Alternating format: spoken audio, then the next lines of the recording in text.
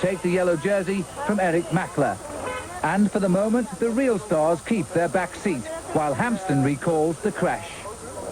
It happened real fast, but boy, a lot of people went down. When I got up, I was pretty confused just from tumbling around at 30 miles an hour, and I couldn't find my bike, and I was kind of in a panic to get going again. But Davis Finney was right there, so he gave me his bike and shoved me on the way, and then Jeff Bradley brought me halfway up the pack, and Jeff Pierce brought me all the way to the front. Once I got there, Boyer kind of nursed me all the way in. While Hampsten and his 7-Eleven teammates were working to survive crashes, the Carrera boys were loose and happy to have one of their own, Eric Mackler, with the yellow jersey. But what does their star, Stephen Roach, think about having the lead this early in the Tour? For me, it will by far, but then I'm not the boss. But you'd unload it if you could? Oh, definitely.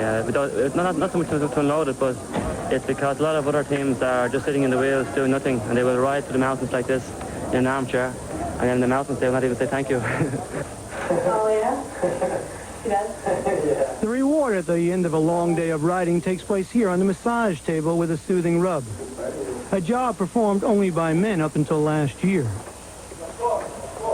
23-year-old April Wilburn is now one of 3 women trainers, or what is called a soigneur, for a professional cycling team. Part of her daily routine is to massage the aching bodies of the riders. And as you might well imagine, the question of a female trainer working with male athletes raises some eyebrows. But this is 1987, and the Tour has changed. A body's just a body. It's not like you're lusting over these guys. You know, like my friends, they say, God, you're working around all these guys all the time. How can you handle it? But that's when you know you're an amateur and when you're a professional. You know, when you work professionally, it doesn't really faze you too much. Here is the original female soigneur, American Shelley Versus. She was the only woman on the Tour last year when she worked for 7-Eleven. Now she is the first woman working with a European team. Shelley knows well the difficulties of being the first woman in a man's sport in Europe. I know.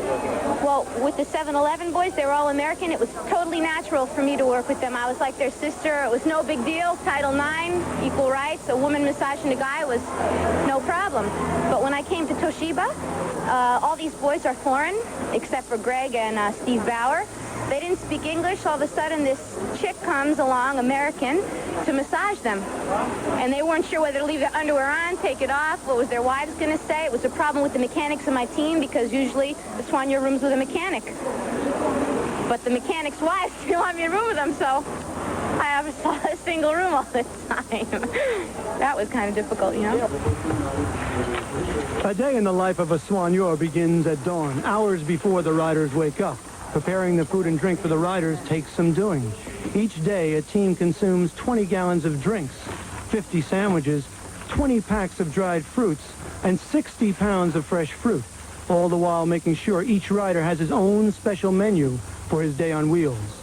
And then it's time to wake up the team, far better than any alarm clock I've ever seen.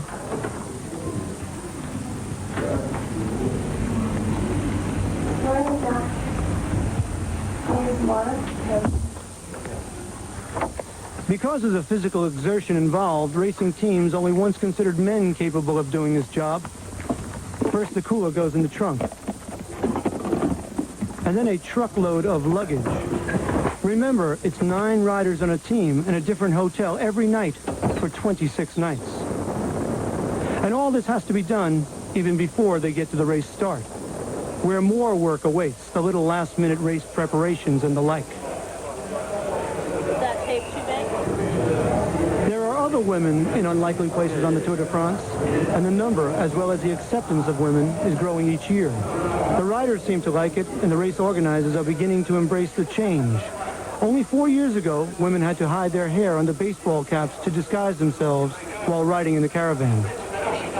Not only there were no women, but they were forbidden. I mean, when a woman was seen in a car, it was a very strong misdemeanor. I mean, it was seen as a big breach of the rules.